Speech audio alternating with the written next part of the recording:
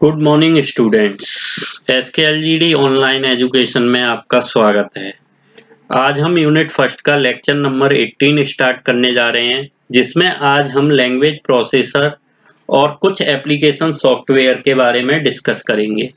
उन डिस्कस से पहले जो मैंने 5 क्वेश्चन दिए थे, उनके हम आज आंसर्स बताते हैं कि इनमें करना क्या था। पहला क्वेश्चन था, how can you purchase a software? तुम सॉफ्टवेयर को कैसे परचेज कर सकते हो? तो हम सॉफ्टवेयर को ऑनलाइन और ऑफलाइन परचेज कर सकते हैं। जितने भी सॉफ्टवेयर अवेलेबल रहते हैं, ठीक है ना, उन्हें हम ऑनलाइन और ऑफलाइन परचेज कर सकते हैं, ठीक है ना। कुछ सॉफ्टवेयर ऐसे भी होते हैं जो फ्री होते हैं, तो उनके लिए हमें जरूरत नहीं होती परचेज करने की, वो हम ऑनलाइन इंस्टॉल कर सकते हैं अपने सिस्टम में। ठीक। Give some examples of system, second question दिया हुआ है, give some examples of system software that are installed on your computer. कुछ सिस्टम सॉफ्टवेयर के एग्जांपल बताइए जिनको हम अपने कंप्यूटर सिस्टम में इंस्टॉल कर सकते हैं, ठीक है ना। अब जब हम सिस्टम सॉफ्टवेयर की बात करते हैं, तो मैंने पहले बताई थी सिस्टम सॉफ्टवेयर हमारे 2 टाइप्स के होते हैं, system management program, system development programs, ठीक है ना। और ये जो सिस्टम मैनेजमेंट प्रोग्राम्स होता है वो 3 टाइप्स के होते हैं, operating system, library system and utility programme. जबकि सिस्टम डेवलपमेंट प्रोग्राम हमारा लैंग्वेज ट्रांसलेटर होता है। तो सिस्टम सॉफ्टवेयर के एग्जांपल्स क्या हो गए? ऑपरेटिंग सिस्टम, एंटीवायरस सॉफ्टवेयर, ठीक है ना, एंटीवायरस सॉफ्टवेयर और सिस्टम ऑपरेटिंग सिस्टम। इसके अलावा डिस्क क्लीनअप के लिए बैकअप यूटिलिटी के लिए भी कुछ सॉफ्टवेयर यूज कर सकते हैं। डाटा कंप्रेशन के लिए भी कुछ सॉफ्टवेयर यूज करते हैं, जैसे बिनरार, बिनजिप, 7zip, ठीक है ना। इस तरह से हम कुछ सिस्टम सॉफ्टवेयर को भी अपने सिस्टम में इंस्टॉल कर सकते हैं। Name a few utility program that you use frequently. कुछ यूटिलिटी प्रोग्राम्स के नाम बताने हैं जो बैकअप में यूज करते हैं हम। हार्ड डिस्क, जो external hard disk, pen drive, CD and DVD, ये हमारे क्या हैं? सॉरी, ये एग्जांपल है बैकअप यूटिलिटी प्रोग्राम के। क्वेश्चन में पूछा गया है, name a few utility program that you use frequently, ठीक है। तो यूटिलिटी प्रोग्राम में हमारा आता है data compression utility program, disk cleanup, disk defragmenter, backup utility program, data compression utility program, encryption and description, antivirus software. तो कौन कौन से नाम हो गए? Antivirus software, disk defragmenter, disk cleanup, data compression utility program, backup utility program, encryption and description tools. Is it compulsory to install an antivirus utility? Yes, it will be compulsory to install antivirus utility. बहुत ही important है, इसका बहुत ज्यादा use किया जाता है और ये हमारी फाइल्स को स्कैन और हमारे डेटा को डैमेज होने से बचाने के लिए हमें एंटीवायरस यूटिलिटी या एंटीवायरस सॉफ्टवेयर का यूज करना होता है। Why should you run the disc defragmenter? Disc defragmenter को हम रन क्यों कराते हैं, ठीक है ना। तो डिस्क जो डिफ्रेगमेंटर होता है, it is the process of optimize the storage space on the hard disk by rearranging the fragments and storing files in contiguous disk location, ठीक है। The process increase the access speed as it reduces the time to read write a file to and from the hard disk, okay?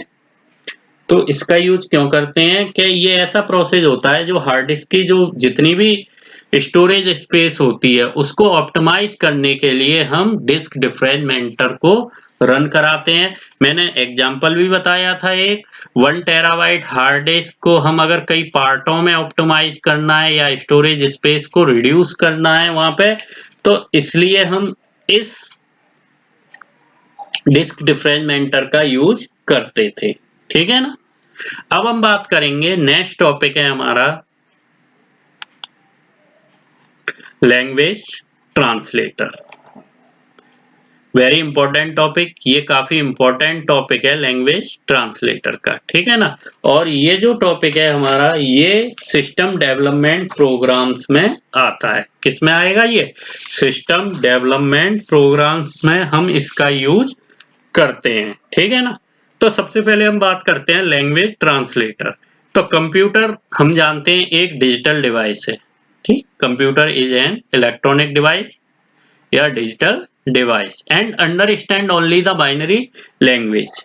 ये केवल binary language को ही understand करता है। जब हमने first lecture पढ़ाया था जहां पे हमने कंप्यूटर्स के बारे में इंपॉर्टेंट जो फीचर्स थे, डेफिनेशंस थी, स्टार्टिंग कैसे हुई, इनके बारे में जब डिस्कस किया था तो वहां पे बताया था हमने कंप्यूटर एक डिजिटल डिवाइस है और इसका यूज जो है बाइनरी लैंग्वेज को ही बाइनरी लैंग्वेज में किया जाता है, क्योंकि जो बाइनरी लैंग्वेज है उसको हम मशीन लैंग्वेज भी कहते हैं। और जो हमारी बाइनरी लैंग्वेज होती थी वो 0 और 1 होती थी। 0 1 को हम बिट्स कहते थे। क्या कहते थे? बिट, ठीक। और यही इसकी बाइनरी लैंग्वेज की सहायता से ही हम प्रोग्रामिंग लैंग्वेज को डेवलप किया गया, ठीक। प्रोग्रामिंग लैंग्वेज को यहाँ पे डेवलप किया गया, जैसे सी, सी प्लस प्लस, जावा, क्यू बेसिक, ठीक है ना। इन्हीं इस बाइनरी लैंग्वेज की सहायता से ही यहाँ पे डेवलप किया गया था, ठीक है ना। और ये कैसे वर्क करती है इसके बारे में हम इसमें डिस्कस करेंगे, ठीक। चाहे हम कोई भी प्रोग्राम्स लिख रहे हैं, किस तरह से हमारा जो प्रोसेसर है वो किस तरह से प्रोग्राम्स को कन्वर्ट करता है, ठीक है ना। प्रोग्रामिंग लैंग्वेज को किस तरह से मशीन लैंग्वेज में कन्वर्ट करता है, तो उसके लिए हम लैंग्वेज ट्रांसलेटर का यूज करते हैं। तो डेफिनेशन अगर पूछी जाती है केवल लैंग्वेज ट्रांसलेटर की, तो क्या होगी definition? The task of converting a high level language program into machine language is done by programs called language translator। जो भी टास्क है हमारे, अगर वो high level language program convert होती है मशीन लैंग्वेज में, तो वो हमारे क्या कहलाएंगे? लैंग्वेज ट्रांसलेटर कहलाती है, ठीक। जैसे अब इसमें एक और पैराग्राफ दिया हुआ है कि क्यू बेसिक हमने डेवलप की थी प्रोग्राम्स को लिखने के लिए, ठीक है ना। These programming language are also known as high level language. इन जो सी, सी प्लस प्लस, जावा है वो हमारी हाई लेवल लैंग्वेज है, ठीक है ना। अब इसके बाद machine language programs written using these language need to be converted into machine language so that the CPU can process these program. CPU इन प्रोग्राम्स को कन्वर्ट करती है, या ये बोल सकते हैं they convert program written in different computer language such as a high level language, assembly language into machine language, ठीक है ना। तो उनके लिए हम लैंग्वेज ट्रांसलेटर्स का यूज करते हैं, ठीक। जैसे बात करते हैं लैंग्वेज ट्रांसलेटर की, तो सबसे पहले हम असेंबलर की बात करेंगे। असेंबलर क्या है? जो assembler translates program written in the assembly language into machine language. हमारी जो लो लेवल लैंग्वेज होती है उसको अगर हम मशीन लैंग्वेज में कन्वर्ट करते हैं तो उसके लिए हम असेंबलर का यूज करते हैं, क्योंकि असेंबलर जो है हमारी लो लेवल लैंग्वेज है। और अगर हम असेंबली लैंग्वेज को मशीन लैंग्वेज में कन्वर्ट कर रहे हैं तो उसके लिए हमें असेंबलर की रिक्वायरमेंट रहती है, ठीक है ना। तो अब इसमें देखो एग्जाम्पल दिया हुआ है एड ए कॉमा बी, एड ए कॉमा बी। तो ये जो लैंग्वेज है ये language micro processor micro controller में यूज की जाती है। माइक्रो प्रोसेसर और माइक्रो कंट्रोलर में यूज की जाती है। जब किसी आईसी को हम इंटरफेसिंग कराते हैं तो ये सारी जो इंटरफेसिंग होती है या प्रोग्रामिंग होती है तो ये सब असेंबलर द्वारा ही की जाती है, ठीक है ना। तो ये जो एड ए कॉमा बी आपको दिखाई दे रहा है ये असेंबली लैंग्वेज है जो ट्रांसलेट होती है हमारी 0 और 1 की सीरीज में। जैसे ए, इससे पहले मैंने बिट्स बताई थी 0 1 2 3 4 5 हेक्साडेसिमल एफ तक, तो वो ही कोडिंग उसमें रिटन हुई आती है, ठीक है ना, असेंबलर में। तो इसी में जो ऐड ए और बी को ये कन्वर्ट किस में कर रहा है, बाइनरी लैंग्वेज या मशीन लैंग्वेज में कन्वर्ट कर रहा है। और ये हमारी कैसी लैंग्वेज होती है, लो लेवल लैंग्वेज है, ठीक है ना। तो असेंबलर द्वारा असेंबली लैंग्वेज को मशीन लैंग्वेज में कन्वर्ट कराया जाता है, ठीक है ना। अब हम बात करते हैं कंपाइलर। कंपाइलर क्या है, हाई लेवल लैंग्वेज है। अगर हम हाई लेवल लैंग्वेज को कन्वर्ट करते हैं मशीन लैंग्वेज में तो वो किसकी सहायता से करते हैं, कंपाइलर की सहायता से। तो a compiler translate the programs written in the high level language into machine language.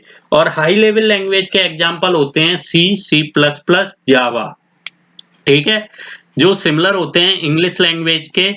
और इसको जब हम यूज करते हैं तो हो सकता है मे बी कंपाइल कराते वक्त या रन कराते वक्त प्रोग्राम को इसमें एरर्स भी आते हैं, ठीक है ना।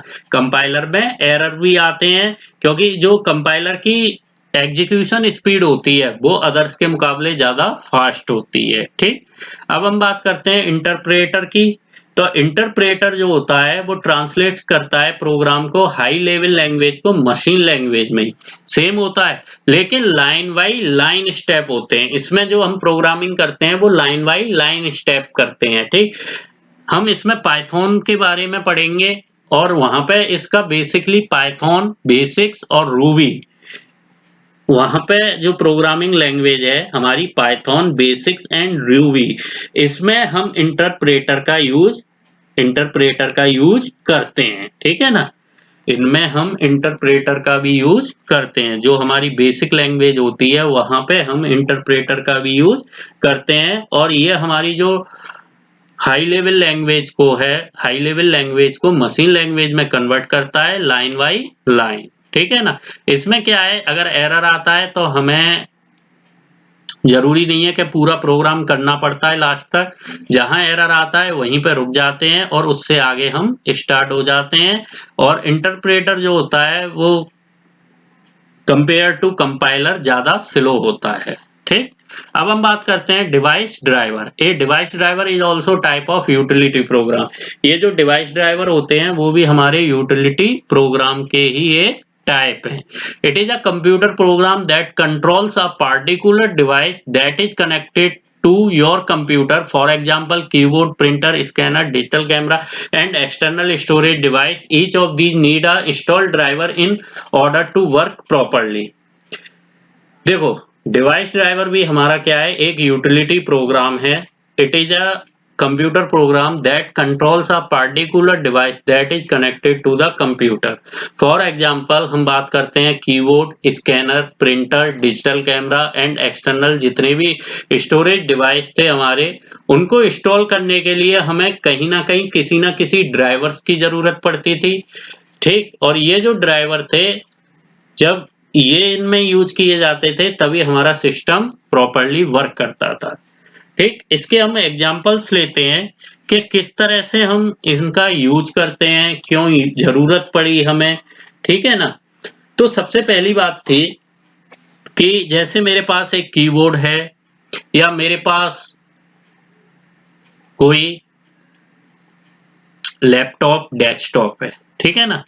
और मैं जो ऑपरेटिंग सिस्टम यूज कर रहा हूं उसमें विंडो विस्टा, विंडो 7 या विंडो एक्सपी यूज कर रहा हूं। ज्यादातर विंडो एक्सपी में ये प्रॉब्लम आती थी, डिवाइस ड्राइवर्स की हमें ज्यादा रिक्वायरमेंट रहती थी। और पहले जितने भी सॉफ्टवेयर आते थे वहां पे भी हमें डिवाइस ड्राइवर की रिक्वायरमेंट रहती थी, ठीक है ना, पूरी तरह अपने सिस्टम को वर्क कराने के लिए। जैसे विंडो एक्सपी थी, अगर हमने कोई मीडिया प्लेयर इंस्टॉल कर लिया, अब हमने वहां सॉन्ग चलाए, ठीक। तो सॉन्ग में क्या होते थे, अगर उसमें वीडियो के ड्राइवर्स हैं तो वीडियो चलेगी, ऑडियो के ड्राइवर्स हैं तो ऑडियो ही चलते थे, अगर साउंड ड्राइवर्स हैं तो साउंड तभी सुनाई देती थी। तो इसके लिए हमें साउंड ड्राइवर्स की भी रिक्वायरमेंट रहती थी। तो विंडो एक्सपी में मान के चलो मैंने VLC मीडिया प्लेयर वो इंस्टॉल कर लिया और मैंने कोई भी मूवी या कोई सॉन्ग चलाया तो मुझे साउंड नहीं सुनाई देती थी जब तक कि हम जो प्रोसेसर यूज कर रहे हैं उसके साउंड जो उसके ड्राइवर्स हैं, ठीक है, ड्राइव्स हैं, उनको यूज ना करें, ठीक, सॉफ्टवेयर को यूज ना करें। तो हमें अलग से साउंड ड्राइवर्स को इंस्टॉल करना पड़ता था, जब जाके हमारा साउंड प्रॉपर्ली वर्क करता था। ऐसे ही हम गेम्स खेलते थे, तो गेम्स के लिए भी हमें कुछ गेम्स के जो सॉफ्टवेयर होते हैं या उनके जो ड्राइवर्स होते हैं वो इंस्टॉल करने होते थे, और उन्हें इंस्टॉल करने के बाद ही हम गेम्स को अच्छी तरीके से प्ले कर पाते थे या खेल पाते थे। ठीक, तो इसलिए हमें डिवाइस ड्राइवर की रिक्वायरमेंट रही। ये प्रॉब्लम हमें सबसे ज्यादा विंडो विस्टा, विंडो 7 में इतनी नहीं थी। तब भी विंडो 7 में क्या था, जो ऑपरेटिंग सिस्टम के साथ कुछ डिवाइस ड्राइवर इंस्टॉल होके आए, ठीक है ना। उसके अलावा सबसे ज्यादा जो परेशानी होती थी, प्रॉब्लम होती थी, वो विंडो एक्सपी में होती थी। अगर मान के चलो हमारे प्रोसेसर की जो सीडी है, डीवीडी है, अगर वो रिमूव हो जाए या लॉस हो जाए, कहीं पे एक्सीडेंटल टूट जाए, खो जाए, तो उस केस में हमें डिवाइस ड्राइवर्स को इंस्टॉल करना होता था ऑनलाइन। इंटरनेट की सहायता से इंस्टॉल करना होता था या डाउनलोड करना होता था। डाउनलोड करने के बाद जब हम सिस्टम में उसे इंस्टॉल करते थे, तभी हमारा सिस्टम के जितने भी डिवाइस ड्राइवर्स यूज किए जाते हैं वो वर्क प्रॉपर्ली करते थे, चाहे वो रिलेटेड हो हार्ड डिस्क से, चाहे रिलेटेड हो हमारे प्रिंटर से, चाहे कीबोर्ड से। ठीक है, तो उसके लिए हमें इन डिवाइस ड्राइवर्स का यूज करना होता है। एप्लीकेशन सॉफ्टवेयर क्या है?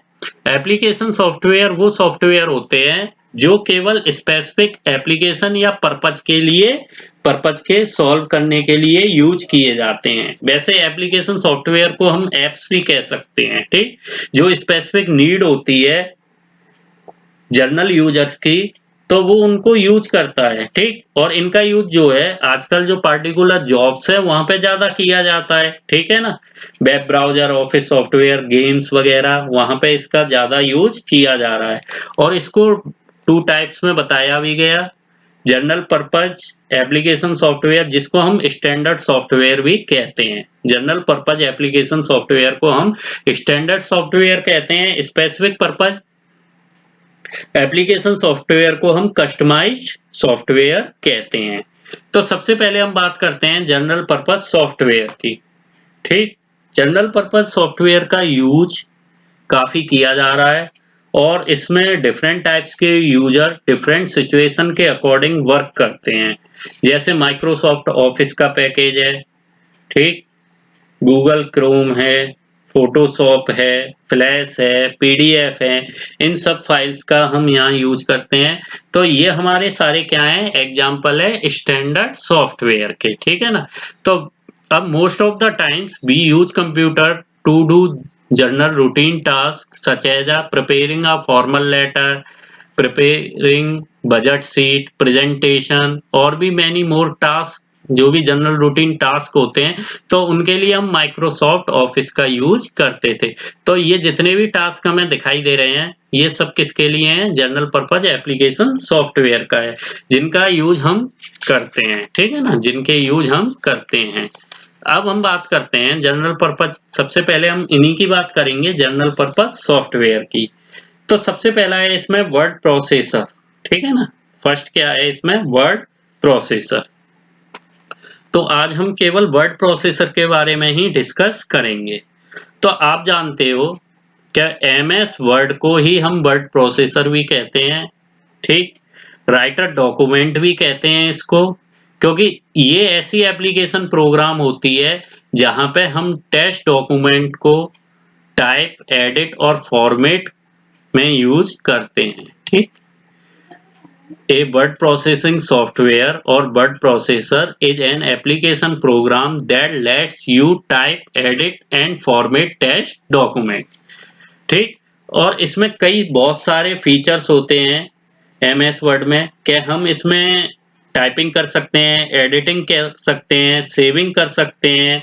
इसके अलावा जितने भी टाइप्स के लेटर हैं, मेमो मेमोज हैं सॉरी, ठीक, मीमो हैं, आर्टिकल्स हैं, रिपोर्ट हैं, इवन बुक्स वगैरह हैं, उनको भी फ्यूचर रेफरेंस के लिए प्रिंटिंग कर सकते हैं। ठीक है ना। तो ये जो सॉफ्टवेयर यूज किया जाता है, ये वर्ड प्रोसेसिंग के लिए यूज किया जाता था, जिसको हम वर्ड प्रोसेसर भी कहते हैं। ठीक, कट करने के लिए copy, grammar check, spell check, इसमें काफ़ी सारे फीचर्स होते हैं और इनका यूज़ हम करते हैं। जैसे वर्ड प्रोसेसर है और कुछ भी और भी एग्ज़ाम्पल है, एमएस वर्क्स भी है, एप्पल वर्क्स का भी यूज़ करते हैं, ठीक? पेज मेकर का भी यूज़ कर सकते हैं, एमएस वर्ड तो इसे कहते ही हैं। इसके अलावा इसका एक और नाम होता है ओपन ऑफिस राइटर। इस तरह से हम एमएस वर्ड का यूज़ करते हैं और इस सॉफ्टवेयर के बारे में हम आगे चल के पूरा एक चैप्टर है वर्ड प्रोसेसर का, उसमें भी डिस्कस करेंगे, ठीक है ना? वहाँ पे भी इसका डिस्कस किया जाएगा। ओके, देन स्प्रेडशीट सॉफ्टवेयर, इसको हम एमएस एक्सेल कहते हैं। क्या कहते हैं इसको? एमएस एक्सेल के लिए जो सॉफ्टवेयर यूज किया जाता है वो कौन सा होता है? हमारा स्प्रेडशीट सॉफ्टवेयर होता है।